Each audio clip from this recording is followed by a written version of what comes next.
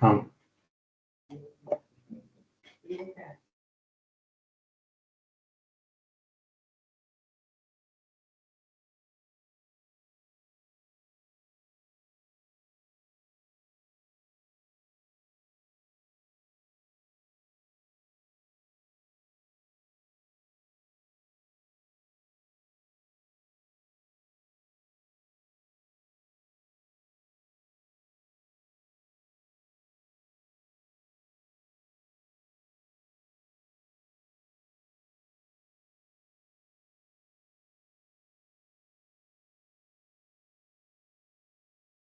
Bien, nous allons commencer ce webinaire.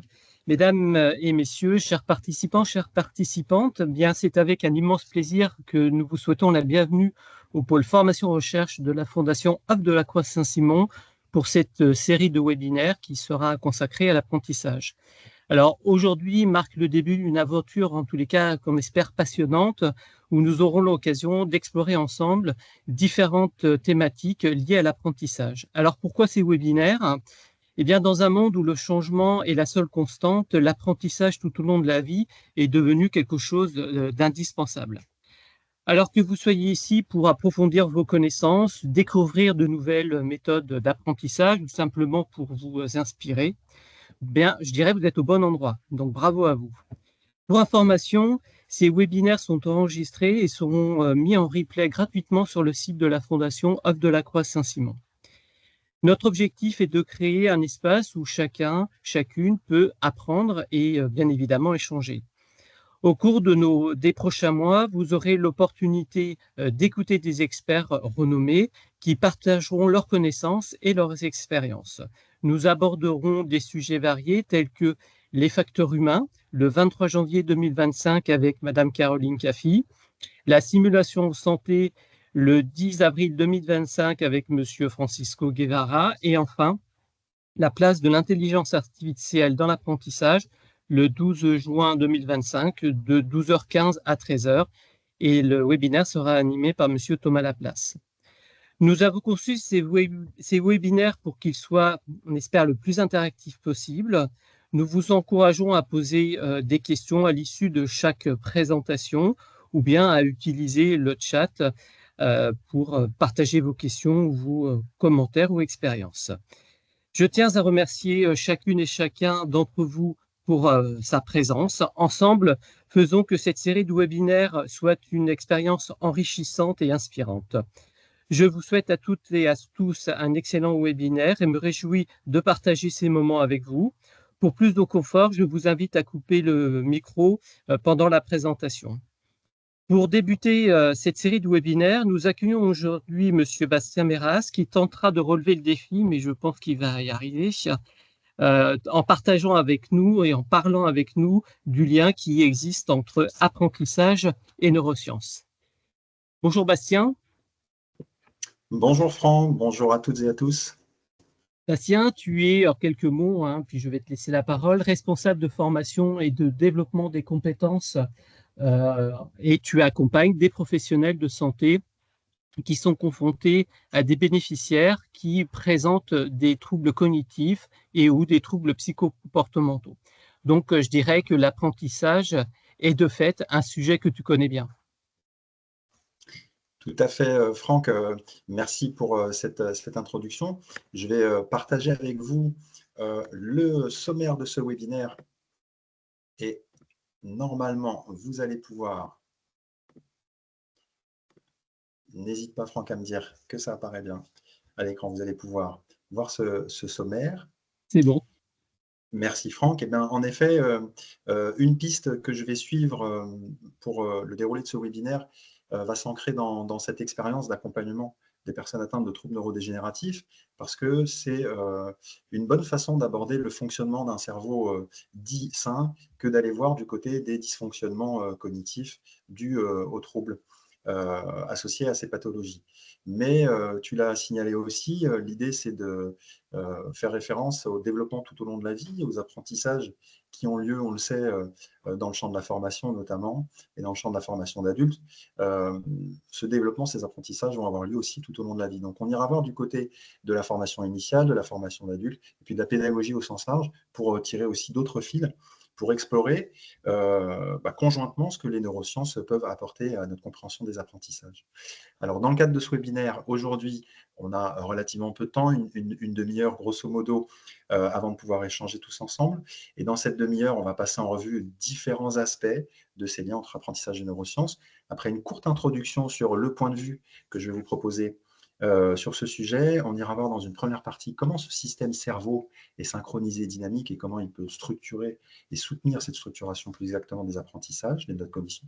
Dans un deuxième temps, on verra comment finalement on apprend à apprendre, comment les liens entre notamment les processus de mémorisation et puis leur lien avec les émotions et la motivation nous permettent de nous développer. Puis dans un temps, je vous proposerai une écologie des apprentissages, je vous en dirai un petit peu plus à ce moment-là. Et puis quelques pistes pour continuer d'explorer en guise de conclusion. Alors, je vous le disais donc, les neurosciences, c'est un des points de vue qu'on peut adopter sur la question des apprentissages, avec cette idée que les neurosciences ont beaucoup évolué depuis pas mal de décennies. On en entend particulièrement parler ces derniers temps, mais les neurosciences, c'est une histoire qui s'inscrit notamment dans les sciences cognitives, et je vais y revenir. C'était une possibilité offerte de mieux comprendre le fonctionnement du cerveau, de plus en plus en profondeur avec l'arrivée de nouvelles technologies comme l'IRM fonctionnel et puis l'optogénétique plus récemment, par exemple. Alors concrètement, quel est le point de vue que j'adopte? C'est le point de vue suivant, c'est de dire qu'il ne s'agit pas de réduire la compréhension de ce que nous sommes à notre seul cerveau, et il ne s'agit pas de réduire non plus ce champ des sciences cognitives aux seules neurosciences, qui sont intégrées dans une démarche et une approche qui est pluridisciplinaire et qui va favoriser l'enrichissement des points de vue. Et ça va aussi nous permettre de mieux comprendre comment, certes, nous avons un cerveau et nous sommes en partie ce cerveau, mais nous sommes aussi tout un système qui embarque le cerveau avec le corps et puis l'environnement dans lequel, évidemment, nous avons des interactions avec les autres. Le deuxième point sur lequel je voulais revenir en guise d'introduction, c'est ce que nous apprennent plus récemment les neurosciences sur l'idée que des fonctions ne sont pas localisées dans telle ou telle partie du cerveau, mais que celui-ci fonctionne sur la base de réseaux qui sont associatifs et dynamiques. Concrètement, et on va y revenir plus en détail ensuite, ça implique que ces réseaux sont reliés par des épicentres qui vont communiquer pour nous aider à soutenir la création de sens, mais c'est ça qui va soutenir aussi cette fameuse plasticité dont on entend souvent parler ces derniers temps, la capacité du cerveau à se réorganiser et à contourner éventuellement lors d'une lésion ou lors d'une maladie un circuit, une aire qui serait défaillante. Et c'est ça qui va soutenir cette création de sens. Et j'entends par là la capacité de s'appuyer sur nos perceptions et donc de ressentir dans un premier temps, s'appuyer sur ces perceptions pour construire de la signification dans un deuxième temps, et puis finalement, c'est ça qui va nous permettre de nous orienter, de nous donner un but, un objectif. Et puis, un petit échantillon de ce que les neurosciences ont révélé plus récemment, cette idée que nous n'avons pas une conscience, mais des consciences. En tout cas, si on parle de conscience au sens large, c'est une conscience qui serait plurimodale et qui serait étendue à travers différents circuits dans notre cerveau notamment, et que ce soit la conscience de soi, la conscience autonoétique, la conscience du monde, la conscience de ses émotions ou de son schéma corporel. Il y a différents types de conscience qui vont s'agréger en quelque sorte dans l'expérience en temps réel qu'on peut faire dans les situations qu'on va expérimenter.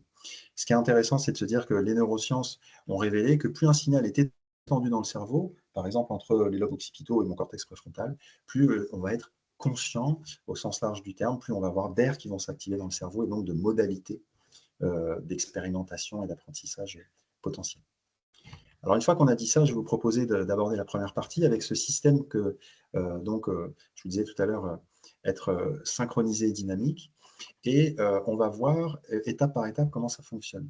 Alors, premier point, voir un petit peu les particules élémentaires de nos apprentissages, que sont nos cellules. On le sait, hein, on a des neurones dans le cerveau, on en entend souvent parler. On entend moins souvent parler des cellules gliales qui sont composées par les microglies, les oligodendrocytes, et puis ceux dont on va parler un petit peu plus aujourd'hui, les astrocytes. Alors, Très basiquement, le neurone, c'est l'unité fonctionnelle qui va participer à nos apprentissages. C'est celui qui est le plus connu, je disais, mais il a besoin de ces cellules gliales qui vont l'aider à faire passer du signal, notamment dans son axone. Vous avez ici un schéma qui vous montre comment l'oligodendrocyte va participer à ce gainage du câble. Si c'était un câble électrique, l'axone, eh bien, la myéline, c'est cette espèce de gaine qui va entourer l'axone et qui va permettre un influx nerveux plus rapide et plus fonctionnel. Il y a donc ces cellules gliales qui sont aussi, qui jouent un rôle complémentaire. Je ne rentrerai pas dans le détail aujourd'hui, mais voilà, sachez qu'il y a les astrocytes, les microglies et les oligodendrocytes. On reviendra sur les astrocytes ensuite. Et puis, ces neurones, il faut qu'ils puissent communiquer ensemble. Et ça va se passer via les synapses, qui sont les voies de passage de l'information, avec ce qu'on connaît dans le grand public, c'est les synapses chimiques, avec les neurotransmetteurs qui vont d'un neurone à un autre. Ce qu'on connaît peut-être moins souvent, c'est ces synapses électriques qui vont favoriser la synchronisation entre neurones. Et ça va avoir un impact important pour nos apprentissages. C'est l'idée que l'information, elle va être véhiculée plus favorablement, plus efficacement, dans différentes aires, dans différents circuits, à partir du moment où il y a une bonne synchronisation entre neurones et entre ces différents circuits, il va y avoir des phénomènes de phasage, en fait. Il ne faut pas que les circuits soient déphasés, il faut qu'ils soient bien en phase pour que l'information passe bien. Là, je fais référence à ces fameuses ondes cérébrales dont on entend parfois parler. C'est à ça que ça s'adresse. Alors, une fois qu'on a vu comment fonctionne la base, je dirais, de ces particules élémentaires, on peut voir qu'elles sont constituées en réseaux neuronaux qui fonctionnent un peu comme des cartes évolutives. Alors, ce que j'entends par là, c'est l'idée que ces circuits, ces cartes, qui sont évolutives, qui sont dynamiques, vont s'adapter en fonction des nécessités, des contraintes de l'environnement ou des situations qu'on vit. Les travaux de Hugues Dufaux, qui est un neurochirurgien extraordinaire qui pratique de la chirurgie éveillée, sont très significatifs à cet égard. C'est un monsieur qui opère des patients qui ont par exemple un gliome, un cancer du cerveau qui se développe suffisamment lentement pour que le cerveau ait le temps de se réadapter.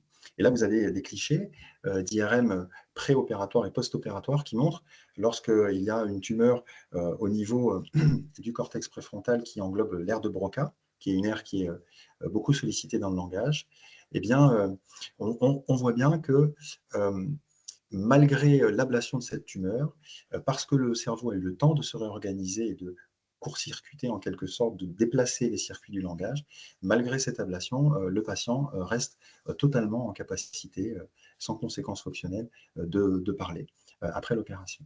Et ça, c'est un signe de cette capacité de ces réseaux évolutifs et dynamiques de se réorganiser. C'est à la base du fonctionnement du cerveau. C'est un peu la même idée qui est reprise dans les travaux de Stanislas Dehaene sur l'apprentissage de la lecture, lorsqu'il parle de recyclage neuronal. C'est un petit peu voilà, la même idée, là aussi sans avoir trop le temps de rentrer dans les détails. Lorsque nous apprenons à lire, notre cerveau va recycler. Sur la droite de votre écran, vous avez ici un encart qui cite l'ère de la forme visuelle des mots, communément appelée la boîte aux lettres du cerveau. Eh bien, c'est une partie du cerveau, une zone, qui va recycler une fonction de reconnaissance des formes dans la nature pour reconnaître les formes des lettres, des alphabets, des idéogrammes lorsqu'on lit. Il faut savoir que la lecture est arrivée très récemment, hein, ça fait 5000 ans environ qu'on apprend à lire. Le cerveau n'a pas eu le temps de se développer du point de vue de l'évolution. Il a donc dû utiliser une autre stratégie qui est le recyclage neuronal, qui va être une stratégie qui va être globalement impliquée dans beaucoup de phénomènes d'apprentissage beaucoup plus triviaux et basiques au quotidien. Ça nous amène sur un troisième point, c'est l'idée que cette plasticité, cette capacité de se réorganiser, elle va avoir aussi pour corollaire une réflexivité potentielle pour nous les humains et un des processus de récursivité que je vais expliciter, mais ça va avoir pour conséquence qu'on peut mieux se connaître tout en connaissant le monde qui nous entoure. Et ces apprentissages vont se cumuler en quelque sorte pour peu qu'on fasse usage de réflexivité. Alors tout d'abord, la plasticité, faut savoir qu'elle est multiple. On parle de plasticité synaptique, qui va viser le renforcement des connexions, la plasticité neuronale qui va permettre de créer des nouvelles connexions, et puis la plasticité qu'on appelle cérébrale, qui, elle, soutient le renforcement ou le développement de nouveaux réseaux. Et cette capacité de réorganisation interne du cerveau, c'est elle qui nous permet aussi de réfléchir au statut qu'on donne à l'erreur et le fait qu'on ne la confonde pas l'erreur avec la sanction, tout simplement parce que cette capacité de réorganisation interne au cerveau, nous rappelle que c'est ce fonctionnement de base, on émet une hypothèse, notre cerveau émet une hypothèse sur une situation, et puis il va expérimenter, puis il va valider, infirmer ou confirmer cette hypothèse. Et donc, basiquement, ce qu'on appelle essai-erreur, c'est le fonctionnement de base du cerveau, et c'est ça qui fait que, d'un point de vue pédagogique, on peut redéfinir l'erreur comme centrale, fondamentale dans nos apprentissages, et permettre de soutenir notamment des facteurs de motivation dont je vais parler un petit peu plus loin. Alors cette plasticité, je le disais, elle a un impact très intéressant, c'est qu'elle va enclencher, entre autres, pas toute seule, mais ça va donner lieu à ce qu'on appelle la métacognition, qui est donc une forme récursive de la conscience, qui est une façon de dire une chose finalement très, très simple, c'est la capacité qu'on a d'être conscient du fait que nous sommes conscients, la capacité de réfléchir à nos propres états mentaux, corporels, via des processus de perception, de mémorisation et de raisonnement. Et par effet de feedback, ça va avoir évidemment un impact sur la perception, sur nos processus mnésiques et puis sur nos raisonnements. Et cette métacognition, elle va être notamment très intéressante à mobiliser dans les phénomènes qu'on connaît comme l'empathie, la cognition sociale et la capacité de se situer dans un environnement humain. Le troisième point que je voulais évoquer dans cette sous-partie, c'est cette réflexivité qui va s'appuyer sur ce qu'on appelle les fonctions exécutives, qui sont notamment localisées à l'avant du cerveau, dans le cortex préfrontal, mais vous l'avez compris, ça embarque d'autres circuits à différents endroits dans le cerveau. Ce système exécutif, c'est celui qui nous permet de planifier l'action, de pouvoir anticiper, nous projeter, de pouvoir coordonner des tâches doubles, et bref, de faire usage de flexibilité cognitive dans les environnements complexes. Et c'est sur cette idée que Olivier Houdet a réfléchi à sa théorie des trois systèmes. Selon lui, on a trois systèmes embarqués dans notre cerveau qui vont soutenir nos apprentissages. Un système heuristique qui utilise des biais, pour dire les choses un petit peu simplement.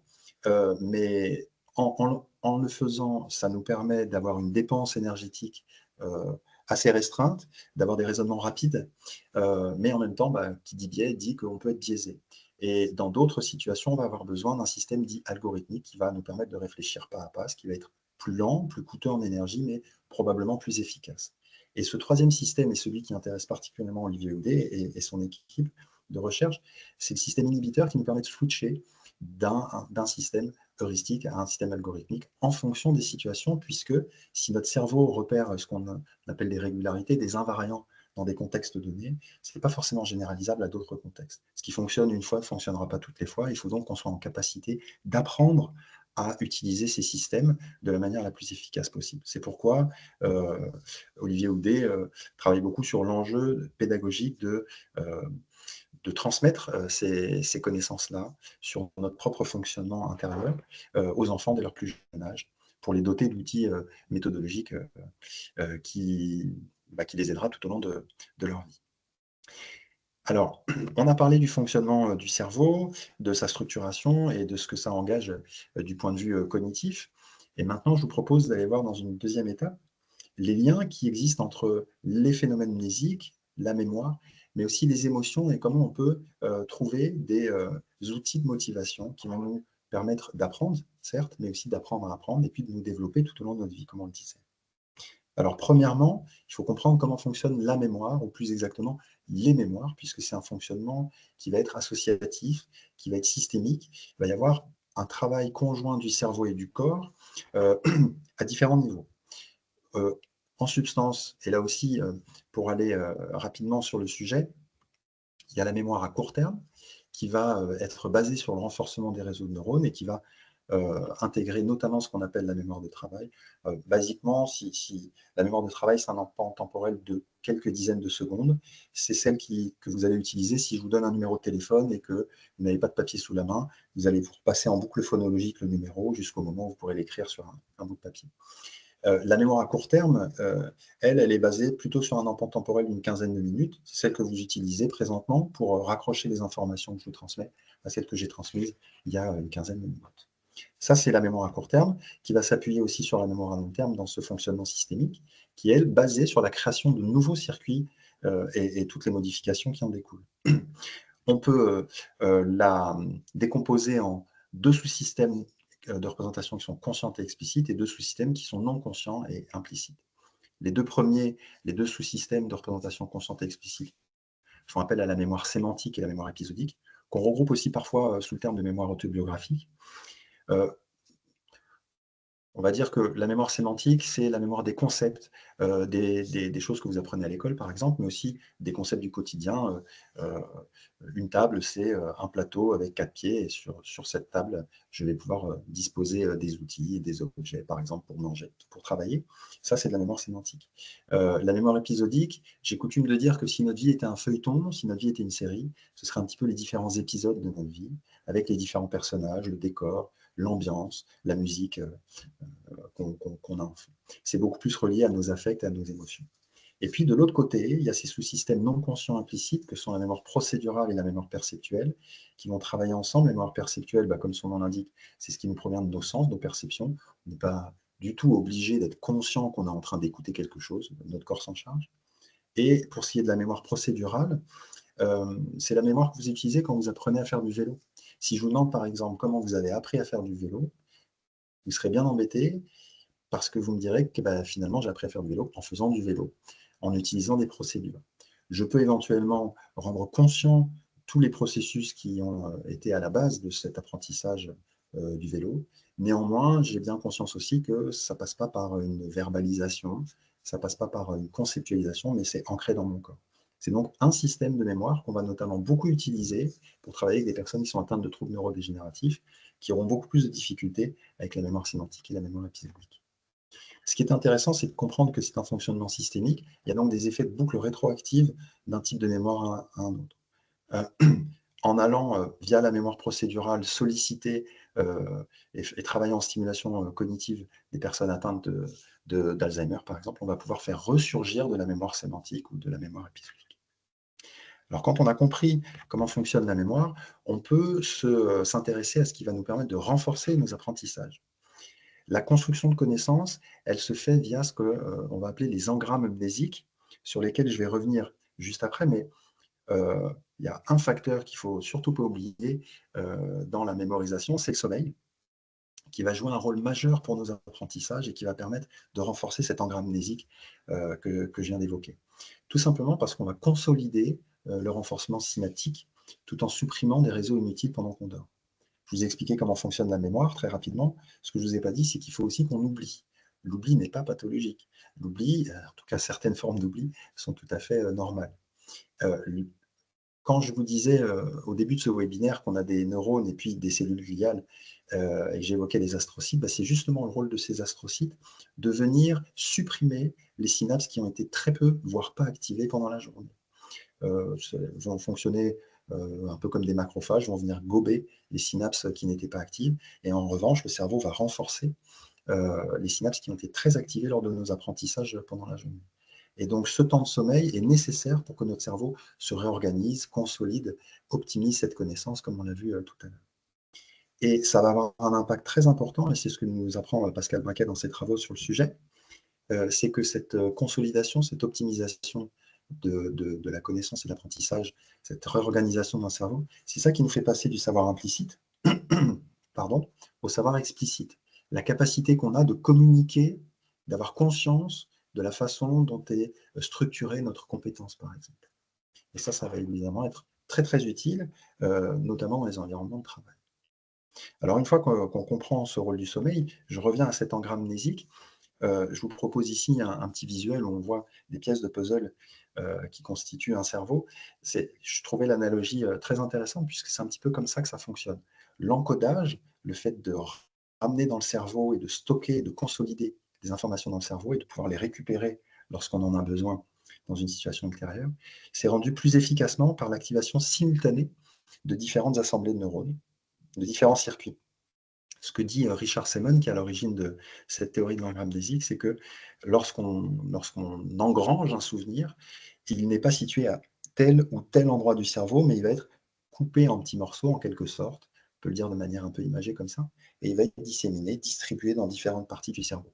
Ce qui va avoir un impact très positif si, par exemple, on a une maladie neurodégénérative du type Alzheimer, puisque si mon cerveau est abîmé ici, eh bien, il pourra quand même aller chercher de l'information à différents endroits ailleurs pour reconstituer un puzzle qui, certes, sera peut-être un petit peu fragmentaire, mais qui aura suffisamment de sens pour pouvoir répondre de manière adaptée en situation.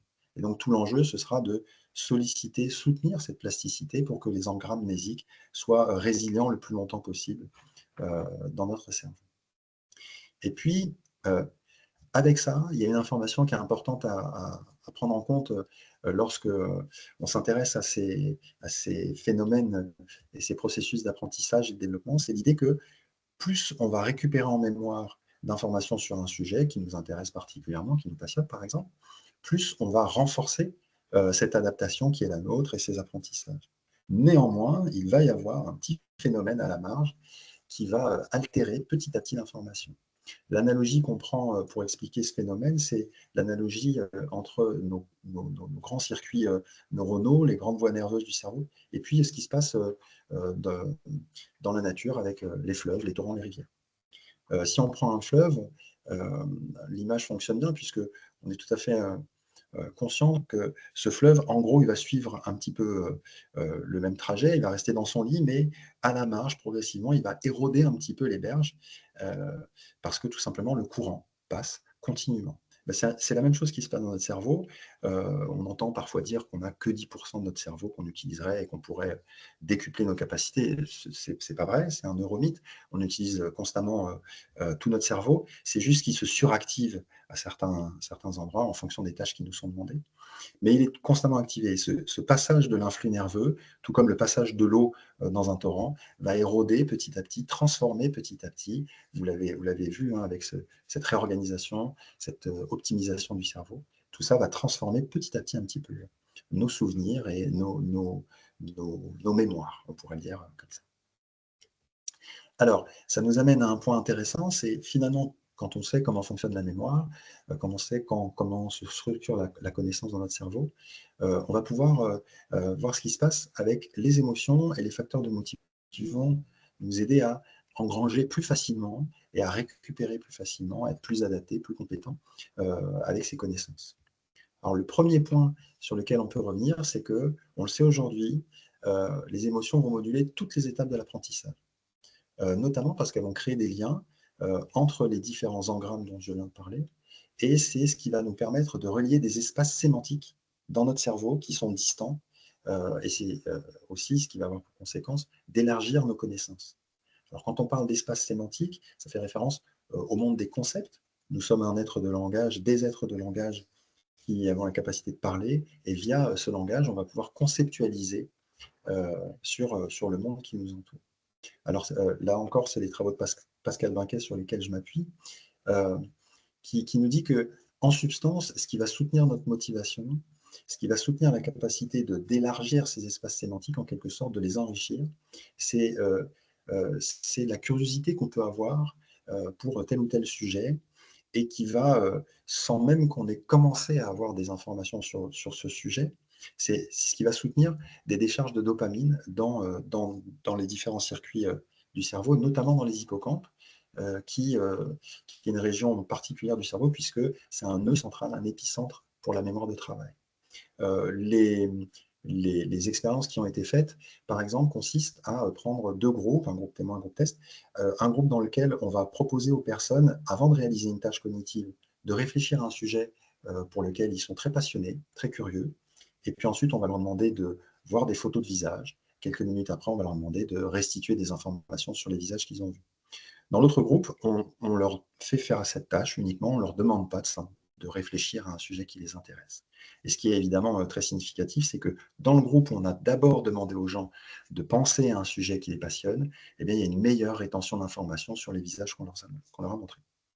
Tout ça, c'est dû au fait que cette dopamine, c'est ce que vous avez sur la partie gauche de l'écran, elle va, via des émotions positives, elle va diffuser un petit peu partout dans le cerveau, avec cette conséquence très constructive. Ça va permettre aux différentes aires, aux différentes structures, à différents circuits de fonctionner de manière beaucoup plus cohérente et synchronisée. Ce que vous avez dans ce petit schéma, c'est les lettres DA qui sont marquées à différents endroits. C'est pour dopamine. L'envoi de dopamine dans ces différentes aires va solliciter, stimuler une attention sélective, des émotions, de l'encodage, de l'envie, et de l'engagement dans l'action. Et ça, c'est évidemment un point très important, ce lien entre la façon dont on vit une expérience directe du réel et la façon dont on va conceptualiser dans notre cerveau et fabriquer des espaces sémantiques avec lesquels on va pouvoir travailler au quotidien dans les situations qui sont nettes. Alors ça nous amène sur la troisième partie de ce webinaire, avec cette proposition que j'avais envie de vous faire, d'aller vers une écologie des apprentissages. Et ce que j'entends par là, c'est cette idée que puisqu'on est investi dans des environnements, qu'ils soient naturels, que ce soit familiaux, sociaux ou environnements de travail, et qu'on peut faire preuve de réflexivité, qu'on peut s'appuyer sur cette plasticité, il y a peut-être un enjeu de transmission, un enjeu pédagogique au sens large pour nous, pour faciliter nos apprentissages et ceux des autres. Pour ça, je voudrais revenir sur l'évolution humaine très rapidement. On est passé de chasseur-cueilleur un peu rustre à un être doué de pensée, de réflexivité, de conceptualisation, ce qui nous a amené aujourd'hui à des capacités de communication notamment accrues. On peut revenir sur cette idée avec, je dirais, une idée centrale d'abstraction progressive du réel, dans nos modes et nos interactions dans la vie concrète, dans la vie réelle.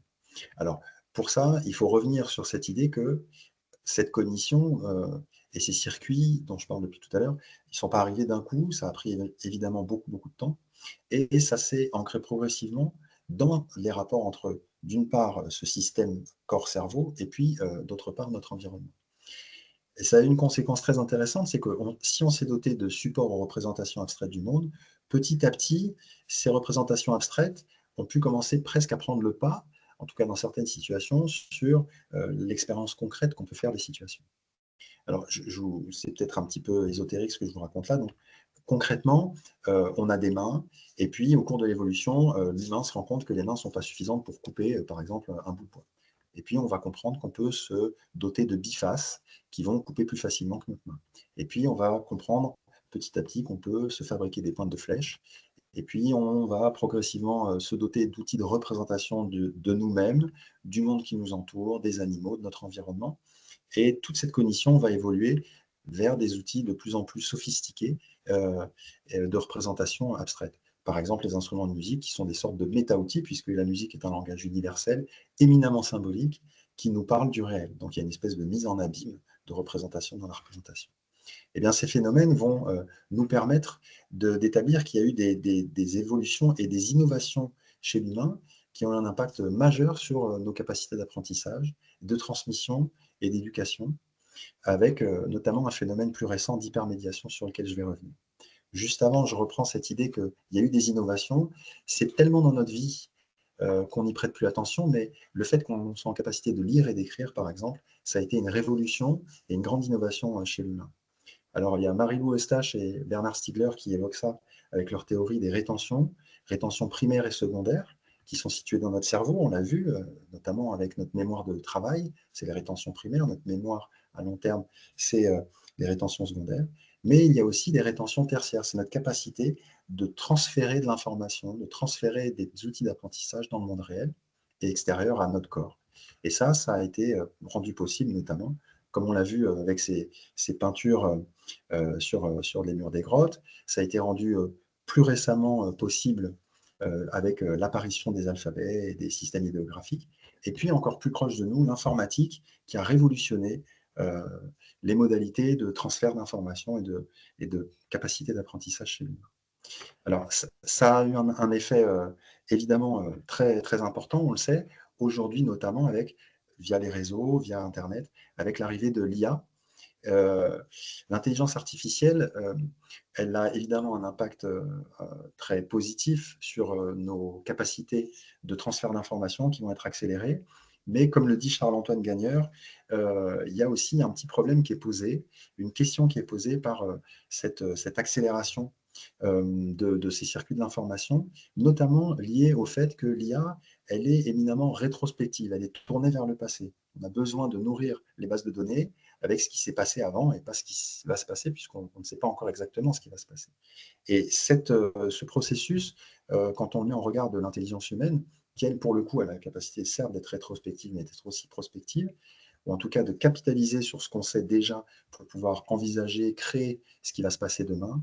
Cette capacité de discriminer entre le vrai et le faux pour créer et soutenir la création de connaissances, c'est encore, pour le moment, en tout cas, typiquement humain. Et donc, cette accélération progressive due à l'entrée de l'IA dans nos vies respectives a évidemment une conséquence là-dessus, sur nos propres possibilités de distanciation, de réflexivité et nos outils de pensée au sens large. L'exemple que donne Charles-Antoine Gagneur sur le sujet, c'est un exemple qui est assez marrant dans le fond, mais qui a des répercussions très sérieuses. C'est l'exemple de la colle à pizza, vous en avez peut-être déjà entendu parler. On a demandé il y a quelques temps à l'IA de Google comment faire tenir des rondelles de pepperoni sur une pizza. Et l'IA de Google a répondu en utilisant de la colle à pizza. Évidemment, ça fait rire les humains que nous sommes. Néanmoins, on voit bien pointer une petite dérive potentielle, tout simplement parce que lorsque Google a été au courant de cette réponse erronée, Google a enlevé de ses serveurs cette réponse. Sauf que les IA fonctionnent en réseau et elles récupèrent sur toutes les bases de données respectives des autres IA des informations. Et donc, cette information erronée de Colapizza a tourné sur le web. Et aujourd'hui, c'est très difficile de la faire disparaître du web. On peut imaginer l'impact que ça pourrait avoir si on était face à une question beaucoup plus sérieuse pour le genre humain. Évidemment, ça ne dit pas tout de l'IA qui a heureusement beaucoup d'atouts pour nous, et ça, je laisserai Thomas Laplace dans le 4e webinaire de cette série en parler, car il s'y connaît beaucoup plus que moi, mais je voulais attirer votre attention sur le fait que voilà, ces innovations vont avoir un impact notable sur nos capacités d'apprentissage, bien au-delà de notre simple cerveau. Je terminerai cette 3e partie sur ce que j'aime bien appeler une triple dimension d'apprentissage, qui est neurosocial, écologique et sémantique. Il y a d'autres aspects liés à l'apprentissage, bien évidemment, mais dans le cadre de ce webinaire, ça me semblait intéressant de revenir là-dessus. Cette dimension neurosociale, ça revient finalement à ce que j'ai évoqué précédemment, c'est notre capacité d'apprendre des autres et d'apprendre avec les autres. On n'apprend pas tout seul, on n'apprend pas seulement dans notre tête, et ça va s'appuyer notamment sur notre système miroir, les circuits de l'empathie dont on parle très souvent ces dernières années, ces circuits de la cognition sociale, de la mentalisation, et ils ont une façon de fonctionner qui est très intéressante pour comprendre comment l'apprentissage peut se transférer, c'est qu'on reproduit l'activité cérébrale de l'autre pour comprendre et anticiper son action. Concrètement, si je suis face à quelqu'un qui est triste, et que je ressens par empathie de la tristesse, c'est les mêmes circuits qui vont s'activer dans nos cerveaux respectifs. Et ça a une conséquence très intéressante sur nos apprentissages sociaux, relationnels, sur les fameuses compétences psychosociales, ou savoir-être, ou soft skills, quel que soit le nom qu'on leur donne. Ce qui est très intéressant, c'est que ça nous rappelle que dans notre cerveau, et pas que dans notre vie sociale, dans notre cerveau, on se représente les autres comme on se représente soi-même. C'est les mêmes circuits qui vont être utilisés. Et donc, ça veut bien dire qu'on se vit, qu'on se pense comme un être social qui a besoin de ces interactions avec les autres. D'où cette dimension neurosociale que j'évoque. Il y a aussi une dimension écologique. Je l'ai dit, nos interactions, nos compétences s'élaborent en situation. Et James Gibson a fait une proposition avec sa théorie de la psychologie écologique. C'est l'idée que les situations nous offrent des opportunités d'action. C'est le petit schéma que j'ai mis au centre de cette page. Une chaise, ça peut nous servir pour nous asseoir, ça peut aussi nous aider à nous mettre un petit peu plus haut pour bricoler, ça peut aussi être utilisé si on est acrobate pour faire des acrobaties. Bref, une situation, un objet, un outil vont être utilisés différemment en fonction des situations et de ces opportunités d'action qu'elles vont nous offrir. Et c'est ça qui fait que dans les situations, on va prélever des indices pour orienter nos actions, en essayant de les rendre les plus efficaces possibles. Et ça, c'est ce qui relève de cette écologique. Encore une fois, on l'a vu tout au long de ce webinaire, ça passe entre autres par nos interactions entre notre corps, notre environnement, et puis les liens qu'il y a avec notre cerveau. Pour finir, cette dimension sémantique sur laquelle j'aime beaucoup revenir, et qui fait référence au fait que nous sommes des êtres doués de langage, et que donc on va en permanence transcrire en idées, en images, en concepts, l'expérience concrète que nous faisons dans ces situations. Et ça passe notamment dans notre langage par les métaphores, qui ont été beaucoup étudiées par Lakoff et Johnson. L'idée que le langage est métaphorique. Si je vous dis que quelqu'un est froid ou chaleureux, proche ou distant, eh bien ces mots retranscrivent, retraduisent la sensation physique que nous avons eue d'avoir froid ou chaud, d'être proche ou distant de tel ou tel objet. Et ces métaphores et aussi les analogies qu'on utilise beaucoup dans notre langage de tous les jours, c'est ce qui va nous aider à nous adresser à ces fameux espaces sémantiques des autres. Parce que si on veut pouvoir ancrer de la connaissance plus facilement, c'est ce qu'en dit Pascal Banquet là encore, c'est plus facile d'apprendre des choses sur des sujets que je connais déjà un petit peu. Si aujourd'hui je devais assister moi-même à une conférence sur les neurosciences, j'apprendrais plus facilement de l'information que si j'assiste à une conférence sur la mécanique quantique, par exemple. Et ça, c'est encore une fois rendu possible parce que l'apprentissage est plus facile à la marge de ce qu'on connaît déjà et on va pouvoir en créer des nouveaux engrammes plus facilement. Alors, on arrive à la fin de ce webinaire. En guise de conclusion, je ne voudrais pas fermer, mais au contraire ouvrir sur tous ces sujets et vous inviter, si ça vous intéresse, à aller en savoir plus sur notamment trois points. C'est évidemment pas exhaustif, hein, pas exclusif. Le premier point, c'est de voir comment individuellement, on va pouvoir continuer de développer cette fameuse flexibilité cognitive qu'on a évoquée entre les lignes directement aujourd'hui, comment on peut continuer de faire évoluer nos cadres de pensée. D'un point de vue collectif, parce qu'on est un être social, on vient de le voir, comment on peut soutenir ces méthodes actives qui nous permettent de nous inscrire toujours très activement dans cet engagement dans le réel, comment aussi transmettre des outils méthodologiques, pas seulement de la connaissance pure et dure, mais transmettre des outils qui permettent de soutenir la création et la structuration de connaissances. Alors là, il y a une image d'une petite classe avec des tables en îlot. Ça fonctionne pour les enfants, mais bien évidemment, comme l'a dit Franck en introduction de ce webinaire, l'idée c'est qu'on se développe tout au long de la vie et que dans la formation d'adultes, eh bien, ça fonctionne évidemment très bien aussi. Et puis, dernier point, d'un point de vue plus organisationnel, institutionnel, continuer d'essayer d'intégrer ces approches pluridisciplinaires dans nos organisations de travail et dans tous ces process de travail et la chaîne de management, par exemple. Avec cette idée qu'aujourd'hui, j'ai évoqué les sciences cognitives, mais bien sûr, on peut convoquer les sciences physiques, les sciences de la vie, et puis, puisqu'on parle d'activité physique, je me permets le jeu de mots, on le sait aujourd'hui, beaucoup d'études sont faites sur le sujet, se bouger, faire du sport, ça aide beaucoup à rafraîchir notre tête et à faire fonctionner nos neurones. Donc, je vous remercie beaucoup pour votre écoute, et puis je vous invite à partager, à échanger, à poser des questions si vous le souhaitez. Et je cède la parole à Franck pour la transition.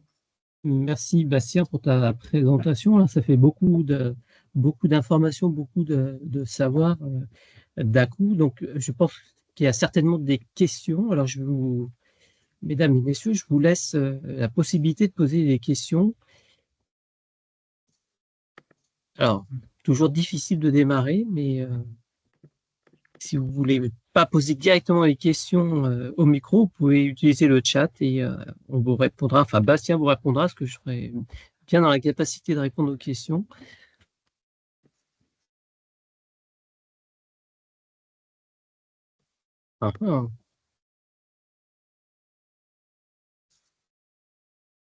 Aucune question. Tout était clair, parfait. Excusez-moi, Franck. C'est Oui, Teddy à l'appareil. oui, bonjour Vois. Teddy. J'ai une question. Bastien, tu as évoqué là dans le développement de l'humanité le passage par les peintures rupestres, le développement du langage pour finir par l'IA. Est-ce qu'il n'y a pas quand même une différence fondamentale, par exemple, entre le langage, les peintures rupestres et l'IA? C'est-à-dire que dans les deux premiers cas, on est quand même sur une représentation symbolique du monde, et dans le troisième cas, on est plutôt sur une délégation de capacités que l'humain avait déjà développées par ailleurs. Et est-ce que le risque, c'est pas plutôt que ce type de délégation nuise aux capacités d'apprentissage plutôt que ne les renforce? Tout à fait, c'est ce que j'ai essayé d'évoquer à travers cet exemple. Charles-Antoine Gagneur, il dit que plus que de l'intelligence artificielle, c'est presque de l'écriture artificielle. Et donc, il y a cette délégation que tu as évoquée. En effet, pour ma part, je suis circonspect par rapport à l'arrivée de ces nouveaux outils. D'une part, par rapport à cette temporalité que j'évoquais, temporalité à la fois d'apprentissage et puis de rapport à la construction de connaissances, mais aussi cette idée de shift.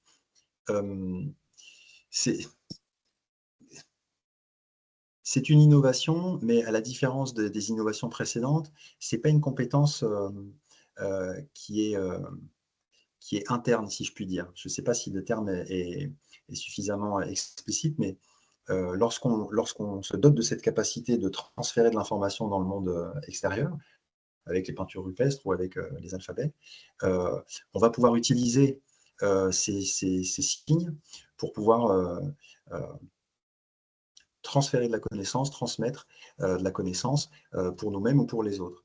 Lorsqu'on utilise l'IA, pour le peu que j'y connais, encore une fois, je laisserai les spécialistes s'exprimer sur le sujet, on délègue l'agrégation d'informations à l'intelligence artificielle, mais on n'est pas soi-même, dans une démarche méthodologique, j'entends, on n'est pas soi-même l'instance qui va agréger en toute conscience et qui va arbitrer entre l'agrégation de telle et telle information, de telle et telle connaissance. Outre le fait que certaines de ces informations peuvent être erronées. Mais si on met ça de côté, déjà le simple fait de ne pas être aux commandes, entre guillemets, certes on va gagner du temps en termes de réorganisation, mais on prend le risque aussi de ne pas avoir la main totalement sur l'information qui va aboutir en définitive après cette agrégation. Donc oui, si j'ai bien compris ta question et si j'ai bien répondu, oui, je pense que c'est un shift, il y a un décalage en termes d'innovation. Merci Teddy pour ta question. Magali. Oui, bonjour. Merci beaucoup pour votre prise de parole. Moi, ce que je me demandais, enfin, j'étais très sensible à la question de la dopamine, c'est-à-dire qu'on a de la curiosité, on a une décharge de dopamine et du coup, c'est formidable et on apprend mieux. Donc, ça revient à dire un peu, on apprend bien ce qu'on aime, enfin, ce vers quoi on a un attrait. Et quand on n'a pas cet attrait-là, quand on n'a pas cette curiosité, donc ce circuit de la dopamine qui ne s'active pas, quand on n'a pas un circuit de l'empathie qui s'active aussi, enfin, ou quand ce circuit de l'empathie ne s'active pas, je me disais, pour les formateurs et ceux qui sont en charge de transmettre quand même, au final, quand même un certain nombre de savoirs et de savoir-faire, les leviers, c'est quoi? C'est les mises en situation, c'est activer les métaphores, les analogies, essayer d'apprendre avec les autres. Enfin, parce que c'est pas toujours... quand il y a une boucle qui est vertueuse, elle est très porteuse et finalement, quand on n'arrive pas à accrocher parce que tous les sujets n'intéressent pas tout le monde, voilà, c'est peut-être un peu trop large comme question, mais j'aimerais bien avoir votre point de vue.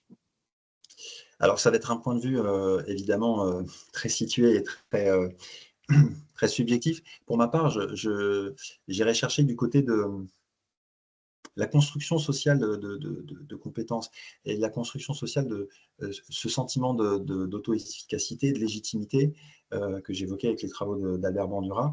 Il provient aussi du fait que souvent on ne se sent pas intéressé par un sujet, peut-être parce qu'il y a une construction sociale aussi sur ce qu'on est censé aimer ou pas aimer.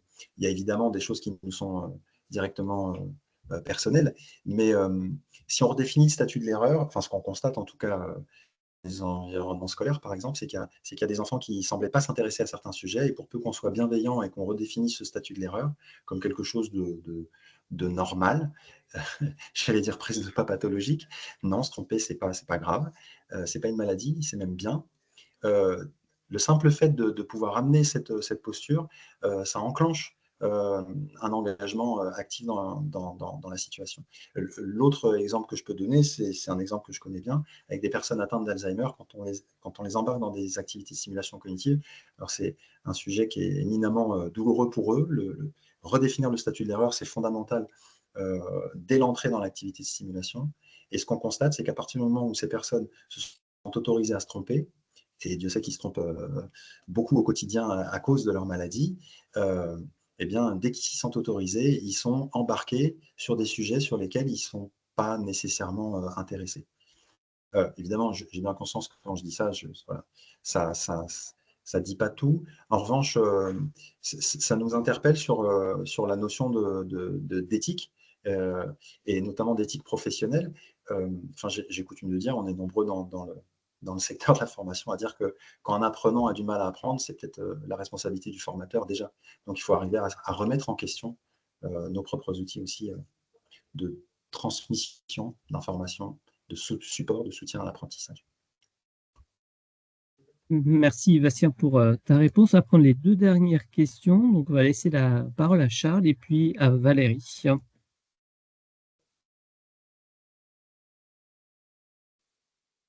Moi, j'étais en deuxième. Ah, pas. Mais c'est pas grave. Je vous en prie. Bon, toutes mes excuses Valérie. Donc Charles-Antoine Gagnard en fait. Bonjour Charles.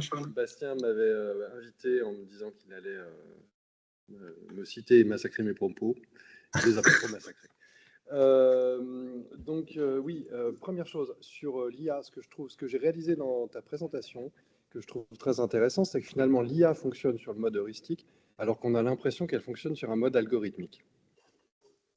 Et ça, je trouve que c'est une partie de la réponse à votre question de tout à l'heure.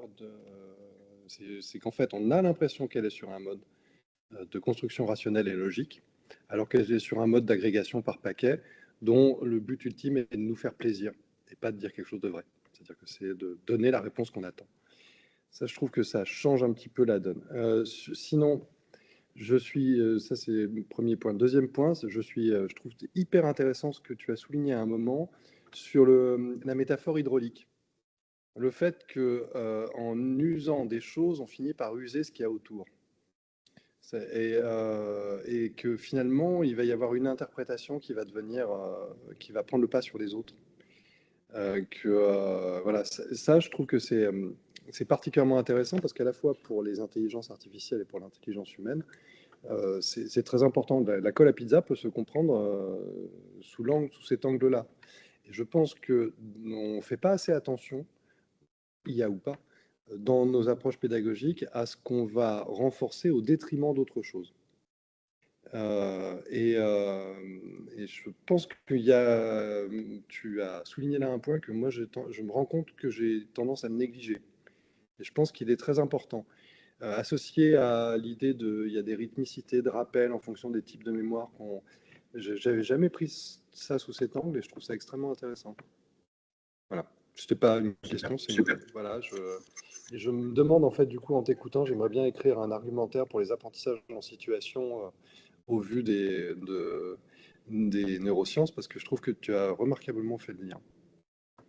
Merci beaucoup Charles. J'aimerais bien te lire. À dispo pour en reparler bien évidemment. Valérie? Oui, moi j'avais une question, je voulais revenir sur le rôle des émotions dans l'apprentissage. On parle beaucoup d'expérience client aujourd'hui, voilà, c'est le rôle des émotions positives en particulier qui améliore l'apprentissage. Moi, je voulais savoir déjà si c'était que les émotions positives, est-ce que les émotions négatives peuvent aussi aider à apprendre ou faire apprendre ou mémoriser, et si ce rôle des émotions joue aussi pour activer la curiosité, la motivation, notamment les émotions positives.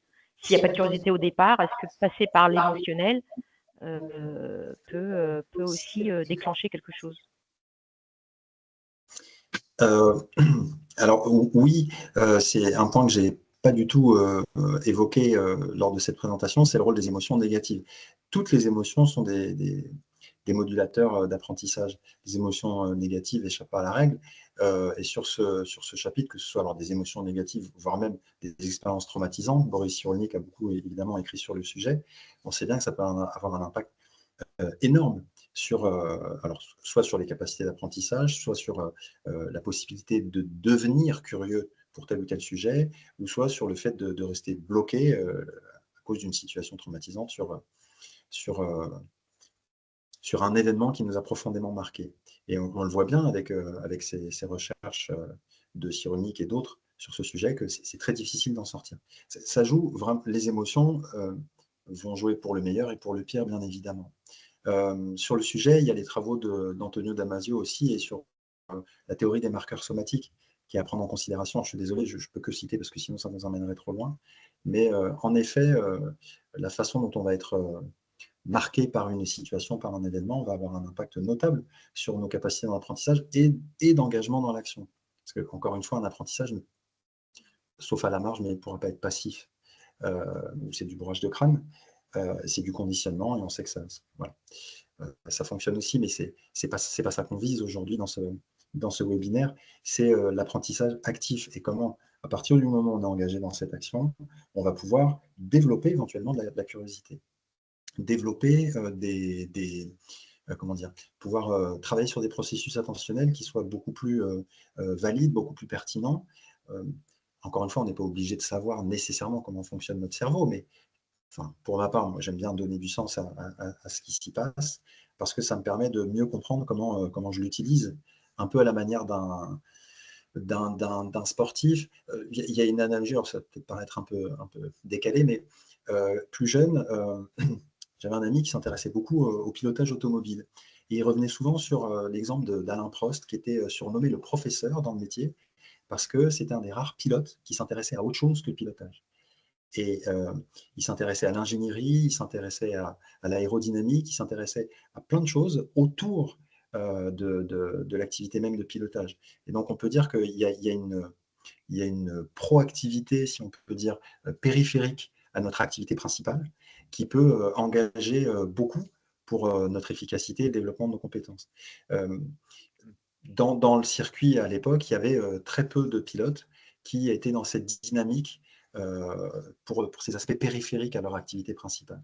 Et c'est ça qui, entre autres, manifestement, a fait qu'il a pu être plusieurs fois champion du monde, de Formule 1 en l'occurrence. Ce que j'essaye d'imager avec cet exemple, c'est que peut-être qu'Alain Prost, à la base, n'était pas particulièrement curieux pour l'ingénierie automobile ou pour l'aérodynamique. Néanmoins, c'est ça qui lui a amené des compétences supplémentaires et certainement qu'il a ancré sa motivation dans cette passion qu'il avait et cette motivation interne pour devenir champion. Toujours est-il que ce n'est pas forcément le cas de tout le monde, on ne veut peut-être pas tous être champions dans nos jobs respectifs.